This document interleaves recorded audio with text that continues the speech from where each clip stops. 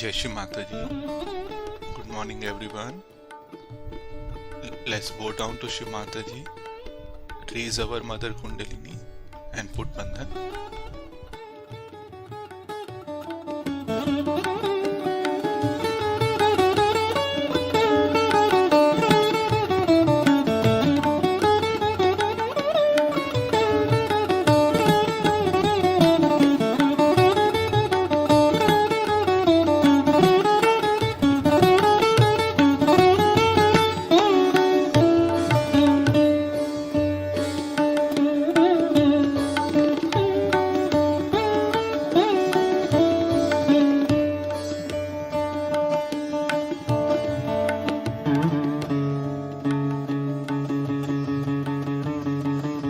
Shri Ganesh Mantra.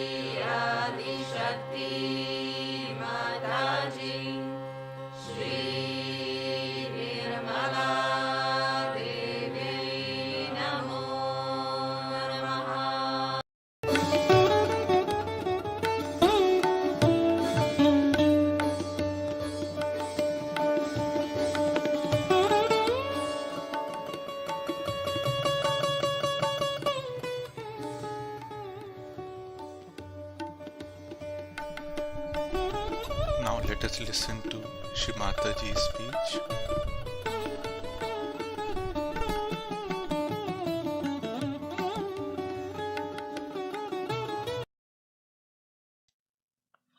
Today we have assembled here to do puja to Buddha. As you know, Buddha was a son of a king, and one day he was shocked to see a very poor man, thin man walking on the street, very unhappy person.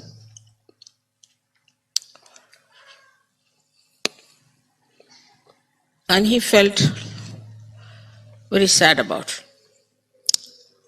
Then he saw one person who was very sick and about to die. Then he saw a man who was dead, and people were carrying him to the cremation ground. This all upset him very much. And he started thinking about it and seeking what is the reason for all these happenings in human beings. Firstly, why do they become so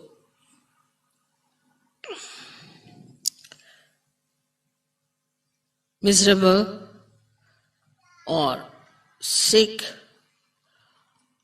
or why do they die so miserably?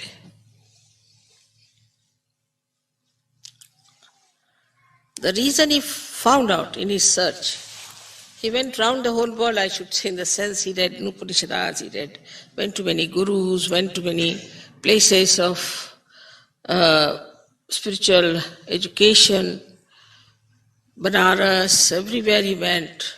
And ultimately, he was sitting under a banyan tree when suddenly his Kundalini was awakened by his Adishakti and he got his realization. Then he realized that the reason for all this is the desire.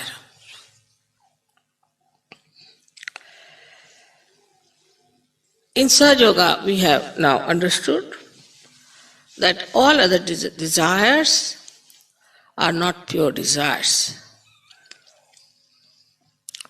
Firstly, whatever desires are fulfilled, we are not satisfied by it, first thing.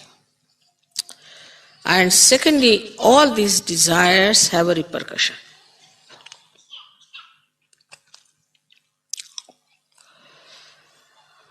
So what is the pure desire?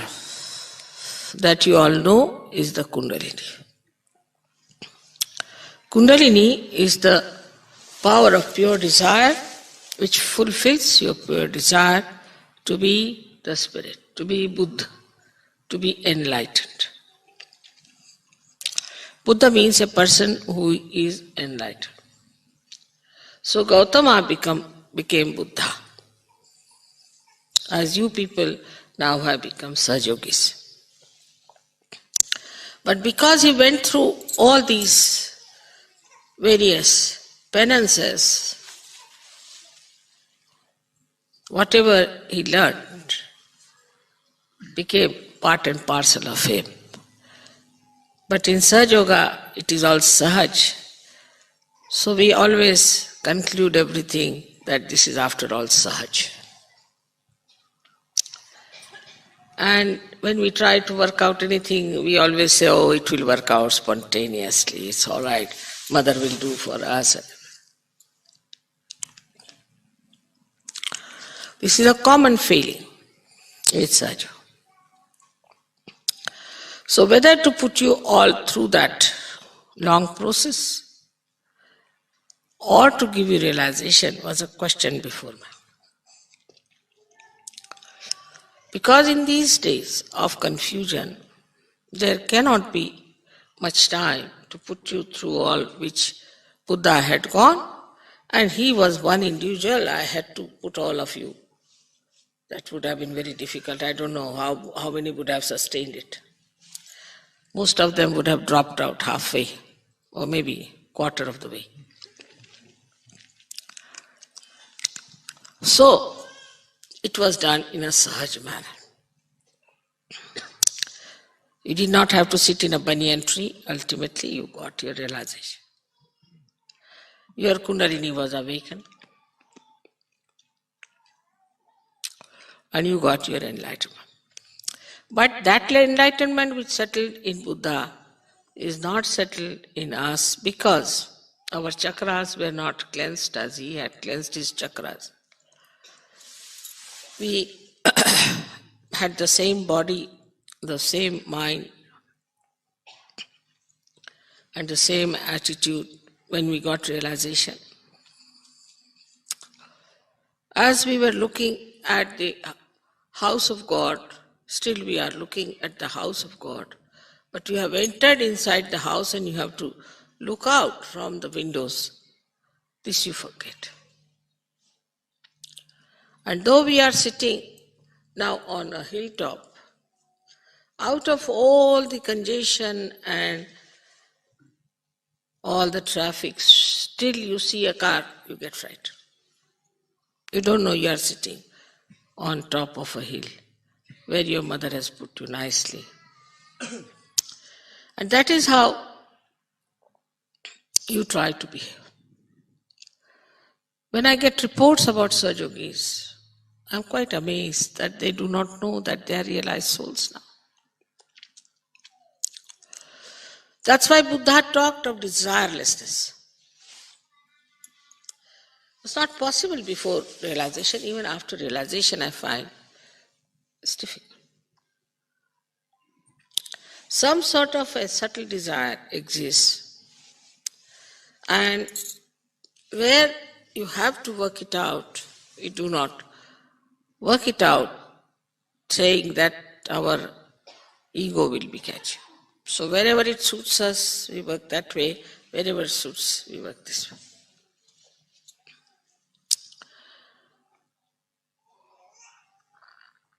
The solution of the whole thing is one, which I found out myself, was this, that it's a collective happening. A person who is an individual can never get over his ego. Individualistic person cannot get over his ego. The one who lives individually wants to enjoy everything individually, can never get over his ego because you have not gone through all that penances. Or else, if you are an individual, then you better go through all these penances and then come back. So the solution is to wash all our chakras, cleanse our life in the collective.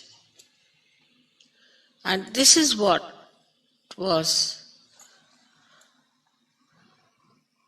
the solution of the problem of ego. Formerly, everything worked out individually. Like they had to go to Himalayas, take some guru, then the guru would throw him out, then he'll go to another guru, then work there, then he'll throw it out. Then next life he'll be born again he'll be thrown out. Ultimately, if one guru accepts, all right, well, he's beaten up, he's tortured, he's treated everywhere, hanged upside down. And then, ultimately, if any guru gets nearer to any one individual, he would give him realization. This was the situation. But in Sahaja Yoga, the door is open, anybody can come in. Anybody. Get your realization. Because I have faith in collectivity. This collective life will definitely give you what Buddha got through his individual efforts. But there also we fail that we do not know how to be collective. Individualism is all the time around us. In every way we think of individuals. Wherever collectivity has worked, Sahaja Yoga has prospered. And wherever it has not worked, there has been a problem. So it is very important that we should look at ourselves and see for ourselves and see how much collective we are. Do you enjoy collectivity or not? Are you aiming at collectivity or not? As soon as I thought of this Kabela place you have seen, and I thought that I'll make a little ashram there near the river for you. Immediately people said, Mother, is it all right if we buy our own houses here? Immediately. Then what is the purpose?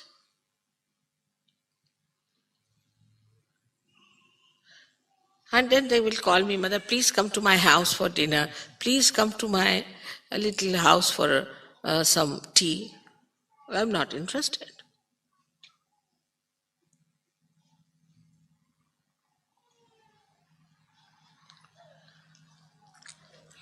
So in Sahaja Yoga, unless and until you really become collective in every sense, you cannot ascend and you cannot wash yourself, you cannot cleanse yourself. This point he did not say, but in a way he did say, because he has said, Buddham Sharanam Gacchami. First I surrender myself to my self-realization. Then he said, Dhammam Sharanam Gacchami, means the dharma in me, I myself surrender to that dharma. That is spirituality. And thirdly, he said,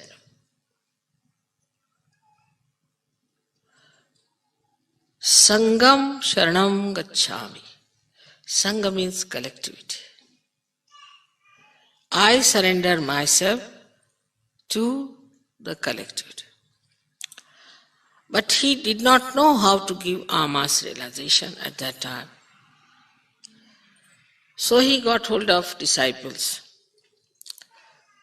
who had to shave off their heads, whether you are a queen or a king, who had to wear only one cloth, whether you are a man or a woman, who had to have only one mat to sleep in a big hall, no husband and wife, no marriage, nothing. And they had to beg their food in the village and feed the Guru, and also they themselves had to eat that food whether it was sufficient or not.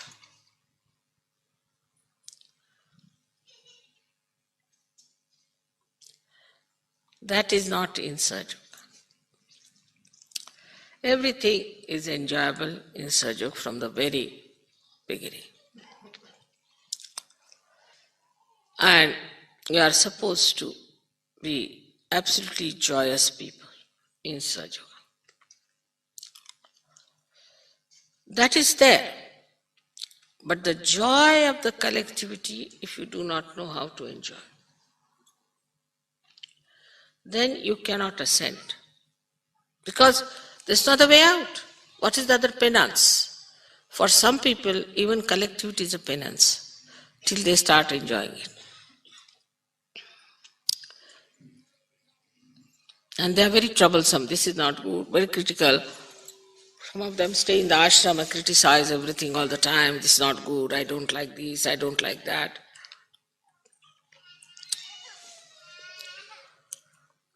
So here, in complete awareness, you cannot be mesmerized. If you are mesmerized, then you can live whatever way you like.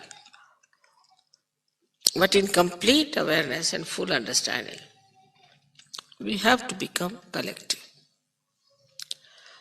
This is one of the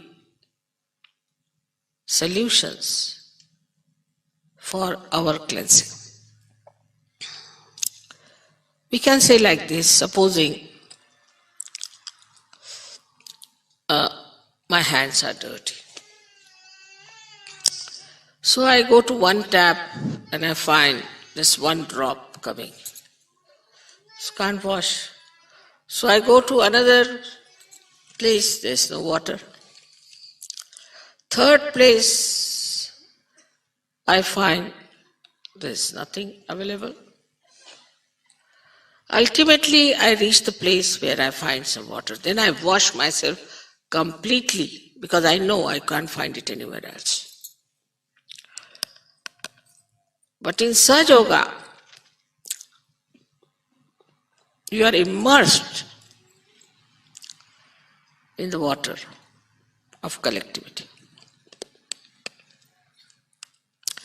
If you enjoy this collectivity and can swim in that, then there is no problem.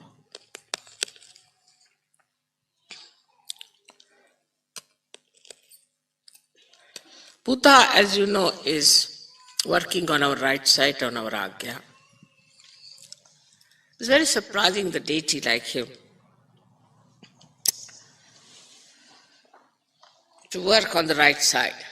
First he said, for the right side you should be detached, desireless. Nobody would work if they have no desire and if they have no way of earning something out of it, in the normal sense. But desirelessly you have to work. Then only the right side can be conquered. Very symbolic. Normally the right-sided people are extremely thin, but Buddha is very fat. Normally the right-sided people are extremely serious, very serious. Even if you tickle them, they won't laugh. But Buddha is laughing all the time with his both hands and enjoying himself. See the contrast. So, when you are working without any desire, only then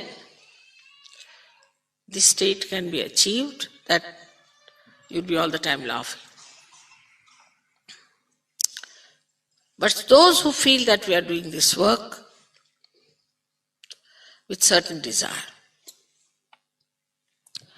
I mean, some are very low level people, want to make money, some this, that nonsense, that goes on.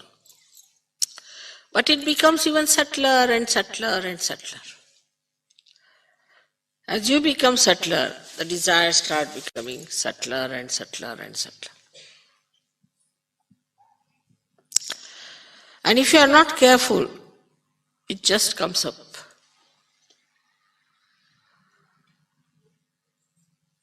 So he is the one who is on the right side placed going to the left side. He is the one who has said that you have to be desireless on the right side. What a contrast. Especially in the West, I have seen people do little bit of... What have they done? I lifted that spoon. With the spoon they sit down. And they are surprised to see me that I am not tired. But I don't do anything. I have no desires. Actually, I never do anything. I am just nishkriya. I am just doing nothing.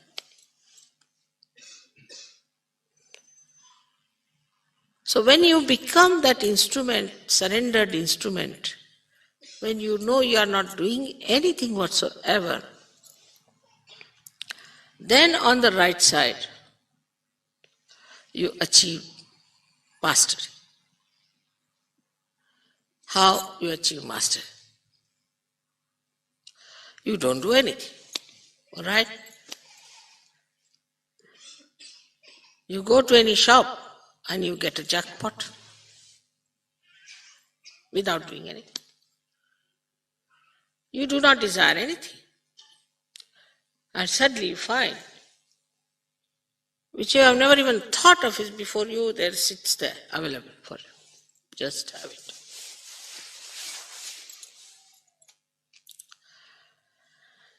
So, with a desire to achieve something when you work out, it also has a reaction. Every action has a reaction.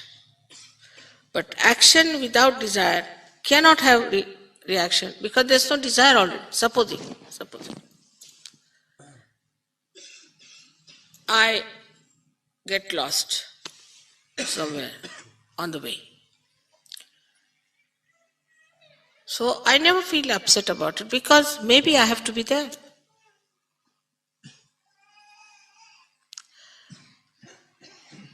Supposing I want to I have to buy some, say like a castle, take it like that. So people I have to buy, you see, that's different than desiring. I mean, it also came in my neck suddenly. I just said that I have to live in Italy, so must buy a house. They showed me a castle. And this turned out to be no good, all right, doesn't matter. Then the second one, everybody got attached. You must buy this at any cost. This. I somehow didn't like the place very much, but I said, all right, let their desire be fulfilled. It so happened that they were all uprooted and they had to buy another one which they didn't want to buy. And I was very happy about it because I didn't desire anything. And it turned out to be the best. The reason is, whatever is best happens to me.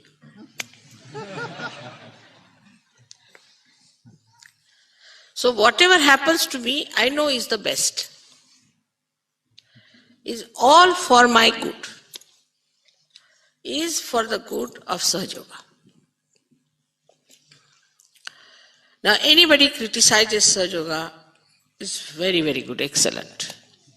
Like in India, first of all, there was a magazine where Rajneesh used someone to speak against me. But that lady had stolen some of my photographs and had given the photographs as well. And everybody in my family was so angry, my brothers, my husband, they wanted to sue the paper. I said, I don't like this idea of suing the paper or anything. So when we had the first program in Delhi, it was so overcrowded that I could not even take my car inside. So the outside also was filled. And they had to put loudspeakers outside the hall. And I asked the people, how is it they are here? They said, we saw your photographs in the Illustrated Weekly and we are so much impressed. They never read anything. Not a word. And they were all there. One of them is Harsh, and so many of them have come from there. Just seeing the photograph. So if she had stolen the photograph, it was for our good. And normally we would have paid a lot of money to publish something. Without paying any money, it was there. And then these people, you see, my family people, they saw that this magazine was closed for 6 months and they had to go into a terrible loss. I didn't desire that either.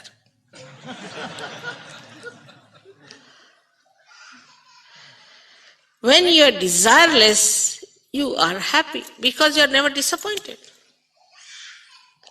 You are never nervous.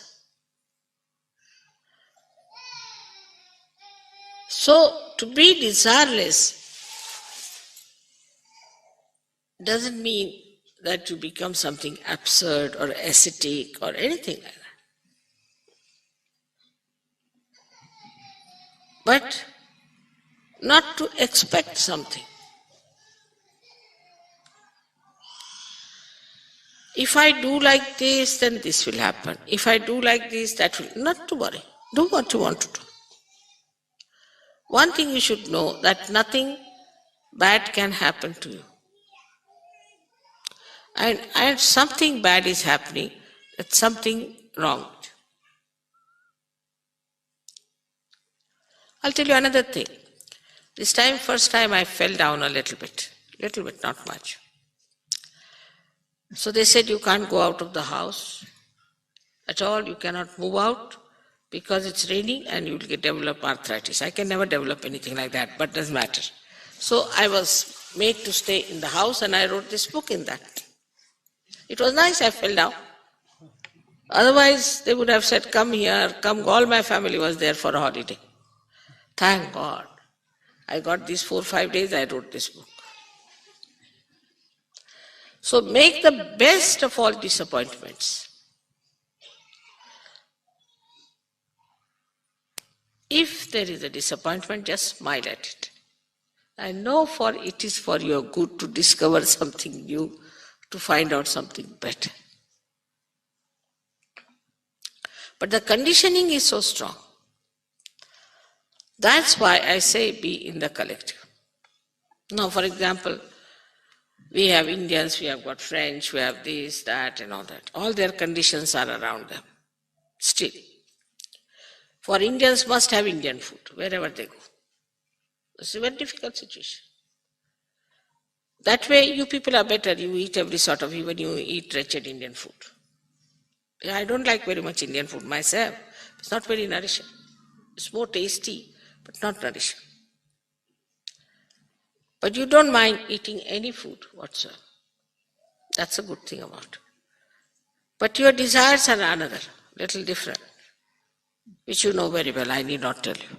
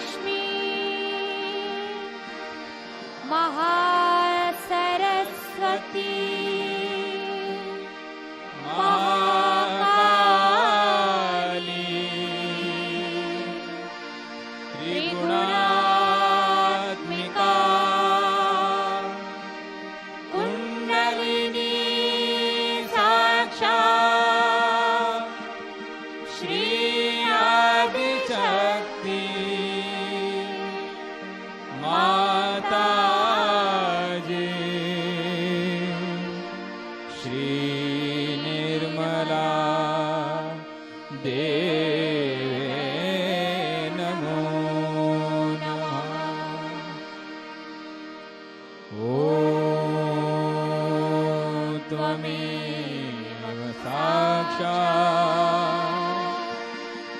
श्रीकल्की साक्षात् श्री आदिशक्ति माता जी श्री निर्मला देवे नमो नमः।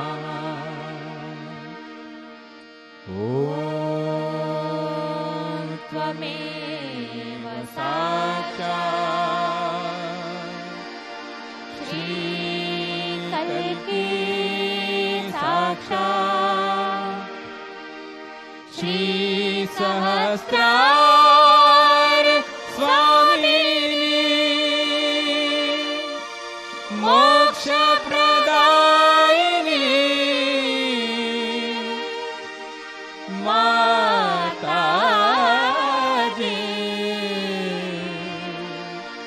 श्री निर्मला देवे नमो नमः। श्री निर्मला देवे नमो नमः। श्री निर्मला देवे नमो नमः।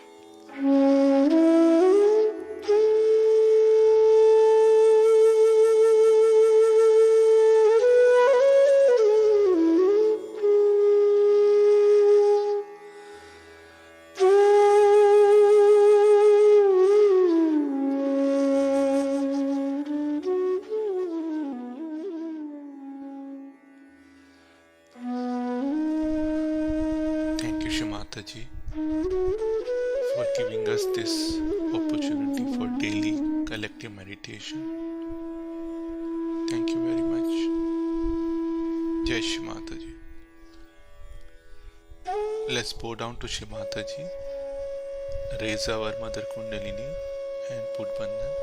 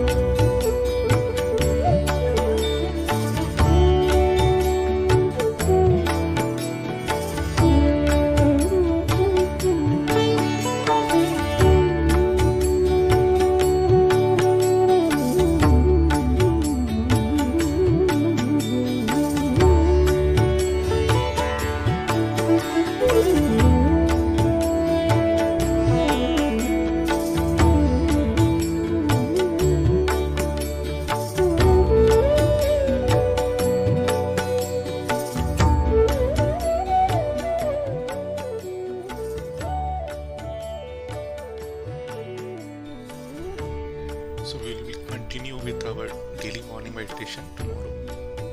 Now we are closing the stream. Jai Shri Mataji.